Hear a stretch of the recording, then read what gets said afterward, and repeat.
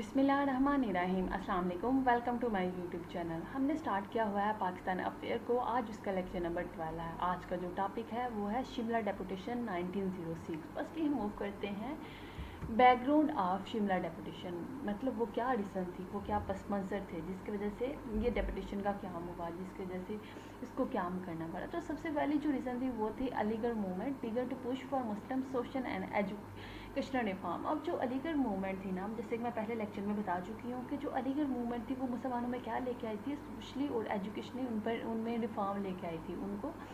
उनको ज़माने के साथ वो चलना सिखा रही थी। नेक्स्ट जो रीज़न थी वो थी उर्दू हिंदी कंट्रोवर्सी। अब उर्दू हिंदी कंट्रोवर्सी क्या थी कि जब जो मुस्लिम थे वो चाहते थे कि उर्दू को सरकारी लेवल पर क्या किया जाए, अडॉप्ट किया जाए एज अ लैंग्वेज, और हिंदू क्या चाहते थे, वो चाहते थे हिंदी को अडॉप्ट किया जाए, कहाँ पर, सरकारी लेवल पर अडॉप्ट किया जाए एज अ लैंग्वेज। तो ये एक तनाज़ा उठा था, इसे हम कहते हैं उर्दू इंडिया कंट्री। इसकी वजह से भी फिर शिमला डेपुटेशन का क्या हुआ। फिर उसके बाद इंडियन नेशनल कांग्रेस। अब जो इंडियन नेशनल कांग्रेस थी ना, जब इसका क्या हुआ था 1885 में।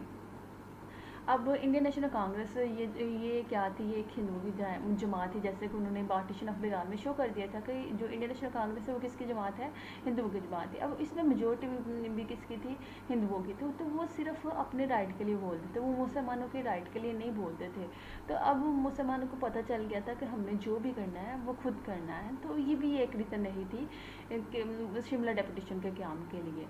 नेक्स्ट जो रीज़न थी वो इंडियन कौंसिल एक्ट ऑफ 1892। अब इंडियन कौंसिल एक्ट क्या है? इंडियन कौंसिल एक्ट में ये था कि मुसलमानों भी अपने नुमाइंदों को नामजद करेंगे और हिंदू भी करेंगे, लेकिन वो इक्वालिटी में था कि मतलब आबादी के लिहाज से। लेकिन ऐसा कुछ भी नहीं था होता।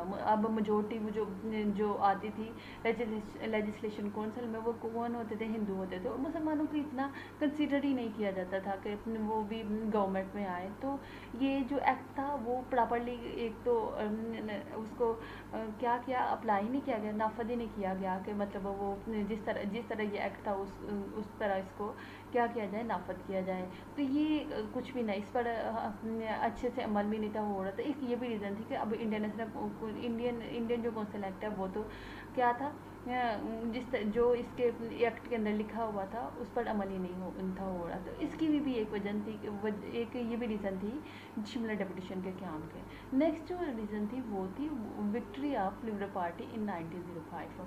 अब लिबरल पार्टी ब्रिटिश इंडिया में नहीं थी। अब लिबरल पार्टी कहाँ थी, ब्रिटिश में थी, बरतानिया में थी। अब वहाँ पे क्या हुआ, इलेक्शन हुए और लिबरल पार्टी जीत गई। तो ये भी एक रीज़न थी, मतलब वहाँ पर जीत गई। फिर जो पहले के जो secretary of state of India थे ना, उनको हटा के नई एक पार्टी आई है और वो नए तरीके से हुकूमत करेगी। तो ये मुसलमानों के पास मौका था कि जब एक नई पार्टी आती है तो उसको क्या पता है कि पीछे वाले हालात क्या थे। तो डेपुटेशन बनने की ये भी रीज़न थी कि वहाँ पर क्या हुआ है, लिबरल पार्टी जीत गई है। फिर पार्टीशन ऑफ बंगाल 1905। अब पार्टीशन ऑफ बंगाल में हिंदुओं के ट्रूफ तो हमारे सामने आ गए थे ना। तो जब मुसलमानों को पता चल गया कि मुसलमानों को पार्टीशन ऑफ बंगाल में पता चल गया कि अगर उन्होंने अपने राइट के लिए बोलना है तो उन्हें खुद बोलना पड़ेगा, उन्हें कांग्रेस का सहारा नहीं लेना। उन्हें अगर अपनी कोई भी बात मनवानी है तो वो खुद उठ के मनवानी पड़ेगी। ये सारी रीज़न थी। इसके आगे और जो इसके नेक्स्ट जो रीज़न थी वो थी in 1905 जॉन मॉल्डेविंटो was appointed secretary state for India. अब 1905 में क्या हुआ कि जो जॉन मिंटो था ना, वो अपॉइंट हो गया सेक्रेटरी स्टेट ऑफ इंडिया। अब नया एक सेक्रेटरी आ गया, एक नया सेक्रेटरी आ गया है इंडिया के लिए। तो अब जो पिछले वाला था लॉर्ड कर्जन, उसको तो पता था इंडिया के हालात क्या हैं, अब इसको नहीं पता। अब एक नया सेक्रेटरी आया तो मुसलमानों के पास एक मतलब एक अपॉर्चुनिटी थी कि वो क्या कर सके। वो एक तो इसके साथ इससे थोड़ी सी सिंपैथी ले सके। तो ये उनके पास एक मौका आ गया था कि वो क्या करें कि ये भी एक रीज़न रही थी कि डेपुटेशन के क्याम के लिए। फिर Morley made a speech in the UK parliament in 20 July 1906 से। फिर क्या हुआ कि नेक्स्ट जो रीज़न बनी थी वो थी कि जो जॉन मार्ले मेडो था ना, उसने स्पीच की यूके पार्लियामेंट में इन 20 जुलाई 1906। अब उसने स्पीच की है और वहाँ पर उसने हिंट दिया। हिंट क्या दिया था कि hinting to increase of representation of native India in legislative council to both moderate member of Indian National Congress as well as announce constitution reform in India. अब उसने हिंट दिया कि अब जब वो यूके पार्लियामेंट में स्पीच कर रहा है या खिताब कर रहा है, तो उसने अब नया एक क्या था सेक्रेटरी वहाँ पर इंडिया के नया सेक्रेटरी बना था, तो उसने पहले सेक्रेटरी बनने से पहले ना गवर्नर जब कोई भी बनता है तो वो आगे स्पीच करता है यूके पार्लियामेंट में।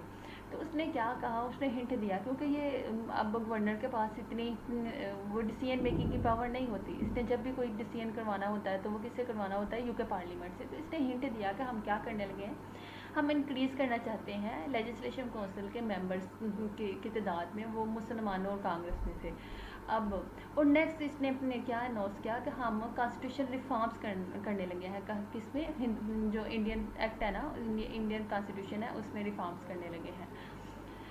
ये एक मेजर जो रीज़न थी बेसिकली, हम अगर कह सकते हैं शिमला डेपुटेशन के क्याम की, तो मेजर रीज़न ये थी। अब जो नेक्स्ट रीज़न थी, फिर क्या हुआ कि उसके बाद letter of Haji Ismail to Nawab मुस्लिम वाला का। अब हाजी इस्माइल जो था ना, वो यूके पार्लियामेंट का मेंबर था, एक बहुत प्रोमिनेंट जो था, हम कह सकते हैं सियासी मेंबर था वहाँ। जब उसने ये सारे मतलब स्पीच सुनी, तो उसको जब ये पता चला कि जब जो यूके पार्लियामेंट है, जो ब्रिटिश है, वो क्या करना चाहता है, इंक्रीज़ करना चाहता है अपनी लेजिस्लेशन को, के मेंबर्स को, और इसके साथ साथ कॉन्स्टिट्यूशनल रिफॉर्म लेके आना चाहते। तो उसने क्या किया कि उसने नवाब मुस्लिम, अब हाजी इस्माइल खुद एक मुस्लिम था, तो उसने क्या किया, उसने लेटर लिखा नवाब मुस्लिम मलिक को। उसने कहा कि आप लोग अलर्ट हो जाओ, और इसने सजेस्ट भी किया कि क्या करो, अब अपने हकूक़ के लिए उठो। देखो एक नई हुकूमत आ रही है, अब पुरानी हुकूमत तो और तरह से डील कर रही थी तुम लोगों को, शायद तो उनके साथ तुम लोगों के रिलेशन अच्छे नहीं थे। अब एक नई हुकूमत आई है, तो क्या करो, क्या करो, अपने हकूक़ के लिए उठो और एक डेलीगेशन बनाओ और जाके बात करो उनसे। ये सारी रीज़न थी, इसकी वजह से ये बैकग्राउंड में कहा जाए तो ये सारी रीज़न थी। अब हम चलते हैं डेपुटेशन मेन शिमला डेपुटेशन 1906। अब हमने देखा कि हाजी इस्माइल ने मोस्टर मलिक को लेटर लिखा। अब देखते हैं मोस्टर मलिक है कौन था। मोस्टर मलिक was the secretary of MAO college Aligarh. मोस्टर मलिक जो था वो सेक्रेटरी था MAO कॉलेज अलीगढ़ का। नवाब मोस्टर मलिक wrote a letter on August 1906। उन्होंने एक लेटर लिखा to the principal of Aligarh Muslim University Archbold. उसने नवाब मोस्टर मलिक ने ना लेटर लिखा किसको, जो अलीगढ़ मुस्लिम यूनिवर्सिटी ना, उसके प्रिंसिपल को, जिसका नाम क्या था, आर्चीबोल्ड। अक्सर औकात MCQ को पूछा जाता है कि who was the principal of Muslim university at the time of 1906। तो वो कौन था, आर्चीबोल्ड था। उन्होंने क्या की कि उससे रिक्वेस्ट की to request for the meeting with viceroy. तो उन्होंने रिक्वेस्ट की कि हमारी ना मीटिंग सेट करवा दें, किसके साथ, वायसराय के साथ। अब आर्चीबोल्ड एक अंग्रेज़ बंदा था, अब जो जैसे वो हमारी मीटिंग को अरेंज करवा सकता था, अगर मुस्लिम लीडर्स होते तो वो इस तरह से अरेंज नहीं थे करवा सकते। उन्होंने रिक्वेस्ट की कि हमारी मीटिंग ना अब वायसराय के साथ ना करवा दें, मतलब मीटिंग रख दें उसके साथ। तो फिर Archbold connect to the viceroy secretary. Archbold ने कांटेक्ट किया किसके साथ, वायसराय के सेक्रेटरी के साथ। एंड कहाँ कब, 10 अगस्त 1906। उसने 10 अगस्त 1906 को ना अब आर्चीबोल्ड ने ना कांटेक्ट किया वायसराय के सेक्रेटरी के साथ, और फिर उसके साथ मीटिंग मतलब अरेंज हो गई। फिर उसके बाद उन्होंने क्या किया, ही इन्फॉर्म्ड मोस्टर मलिक that the viceroy was ready to meet the deputation. फिर उन्होंने क्या किया कि मोस्टर मलिक को इन्फॉर्म किया कि वायसराय जो है वो रेडी है आपसे मिलने के लिए, आपके डेपुटेशन आपसे मिलने के लिए रेडी है। उन्होंने उसको ना इन्फॉर्म कर दिया मोस्टर मलिक को, जो आर्चीबोल्ड था। अब देखते हैं ये डेपुटेशन का, वैसे अगर देखा जाए तो काम आहिस्ता आहिस्ता हुआ था, मतलब पहले बातचीत हुई है, फिर उन्होंने एक दूसरे के साथ बात किया कि हमारी मीटिंग सेट कर दे। अब जो शिमला डेपुटेशन था, Shimla deputation organise by the Indian Muslim leader. अब जो शिमला डेपुटेशन था ना, उसमें सारे मुस्लिम लीडर थे। Met the governor general and viceroy Lord Minto. अब वो मिले किसके साथ, गवर्नर जनरल और लॉर्ड मिंटो के साथ। Lord Minto no secretary of state था ना। कहाँ पर मिले थे, इन शिमला में ऑन 1 अक्टूबर 1906। अब जो शिमला डेपुटेशन था ना, वो किसके साथ मिला, वायसराय के साथ। वायसराय के साथ कहाँ पर, शिमला में मिला था। इसलिए हम लोग इस डेपुटेशन को शिमला डेपुटेशन कहते हैं, क्यों ना कि इसकी जो मीटिंग हुई थी ना, वो कहाँ पर हुई थी, शिमला में हुई थी। और आपने ये जहन नशीन कर लेना है कि हम इस डेपुटेशन को क्यों शिमला डेपुटेशन कहते हैं, क्यों ना कि ये जो डेपुटेशन था वो कहाँ मिला था, शिमला में जाकर मिला था वायसराय के साथ 1 अक्टूबर 1906।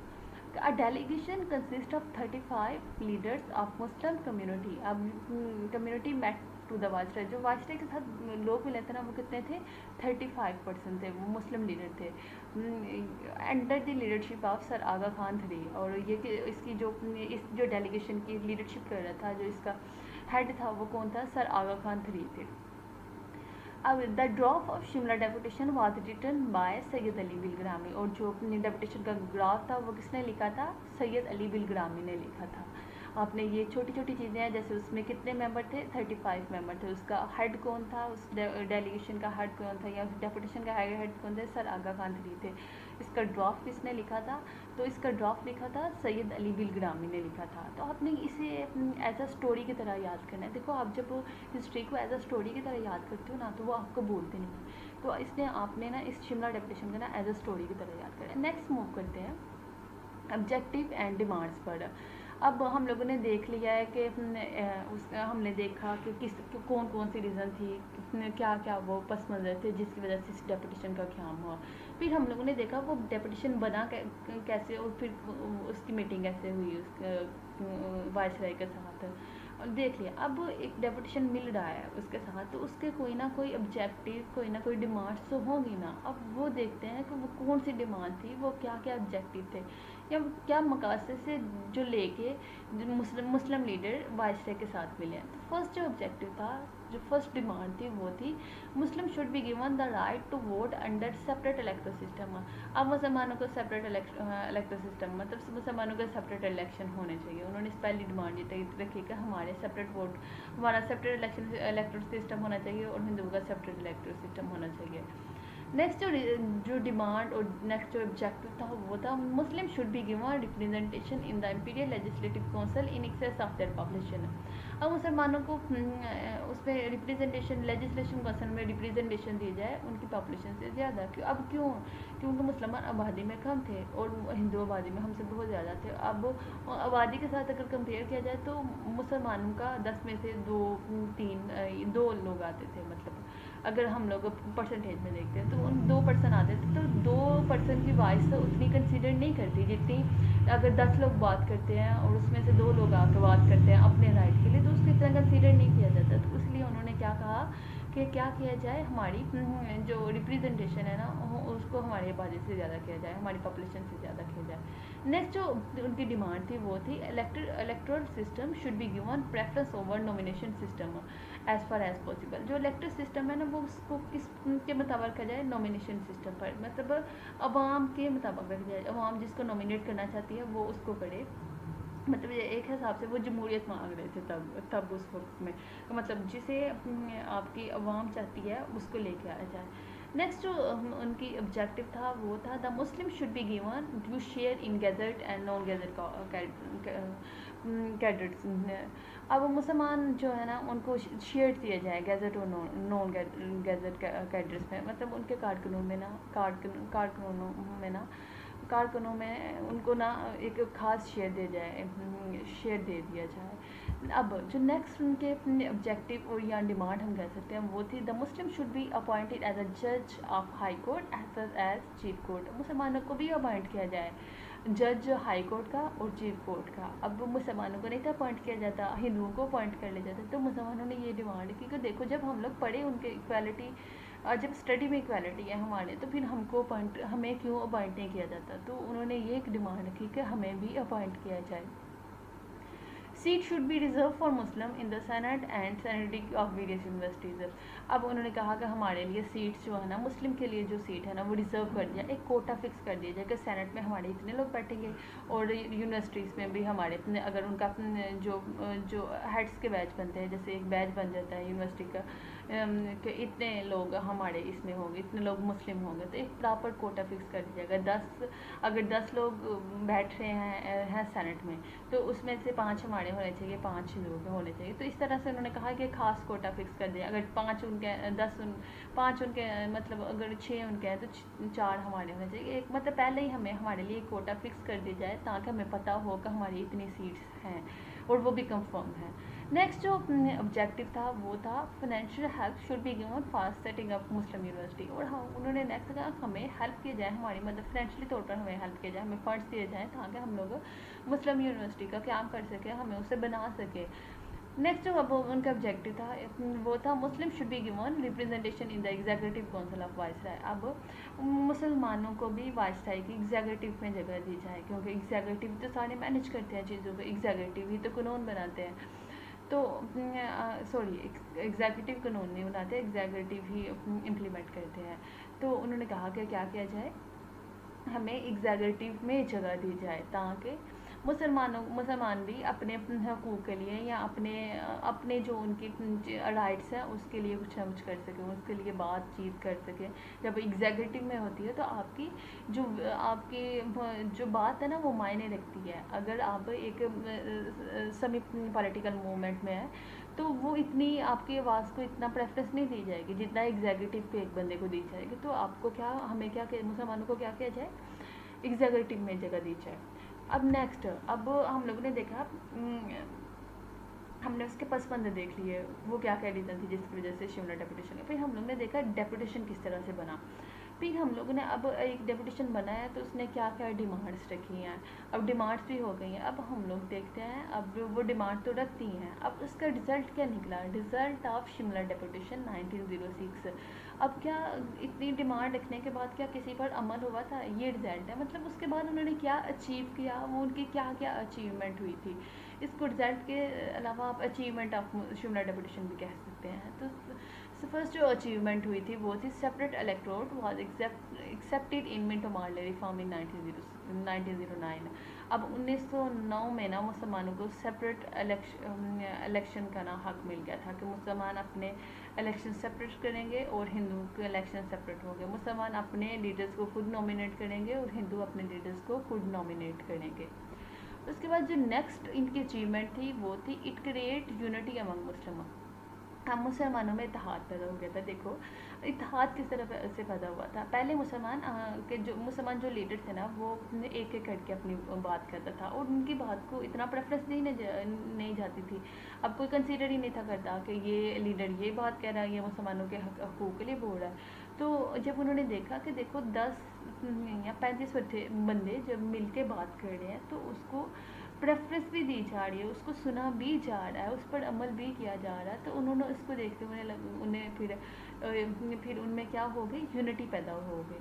फिर नेक्स्ट जो इसका रिजल्ट निकला था कि Hindu Muslim conflict rose to the constitution level. अब मुसलमानों और हिंदू में जो पहले जो कन्फ्लिक्ट होते थे वो बेसिक लेवल के होते थे, मतलब छोटी छोटी चीज़ों पर भी इनके तजाद शुरू हो जाते थे। अब जो इनके कन्फ्लिक्ट्स पैदा हुए वो थे कॉन्स्टिट्यूशनल लेवल पर, वो हुकूक के लिए थे, वो अब कॉन्स्टिट्यूशन पर बात हो रही थी। अब वो बेसिक लेवल पर वो बात नहीं थे कर रहे। अब अगर बात कर भी रहे थे, अगर उनमें कोई तजाद भी उठ रहे थे, तजाद तो उठ रहे थे ऑफ कोर्स, लेकिन वो किस लेवल के थे, कॉन्स्टिट्यूशनल लेवल के थे। फिर डिसट्रस्ट ऑन हिंदू, और मुसलमानों का जो ट्रस्ट था ना हिंदू पर वो ख़त्म हो गया हुआ था। अब मुसलमानों को पता था, जैसे कि पार्टीशन ऑफ बंगाल में हम देखें तो मुसलमानों के सामने हिंदुओं के असल चेहरे आ गए थे। अब उनको पता चल गया था कि हिंदू अंदर से क्या है, वो क्या शो क्या करते हैं और है क्या। तो मुसलमानों का जो ट्रस्ट था ना वो ख़त्म हो गया था हिंदुओं पर। Basic for creation of Muslim League as well as creation of Pakistan. तो ये बुनियाद बनी थी, जो शिमला डेपुटेशन था ना ये बुनियाद बनी थी किसकी क्रिएशन के लिए, मुस्लिम लीग की, एज वेल एज पाकिस्तान के भी क़याम की यही बुनियाद बनी थी। देखो इसके बाद मुसलमानों को पता चल गया है कि अगर यूनिटी है, इत्तेहाद है, तो हम कुछ भी अचीव कर सकते हैं। पहले तो उन्होंने मुस्लिम लीग को बनाया, उसके बाद उन्होंने पाकिस्तान को हासिल कर लिया। अब ये थे रिज़ल्ट, ये थी अचीवमेंट। नेक्स्ट अब हो गया, डेपुटेशन हो गया, डिमांड्स मान ली गई, रिजल्ट भी आ गया। अब इन हिंदुओं का क्या रिएक्शन रहा इस पर।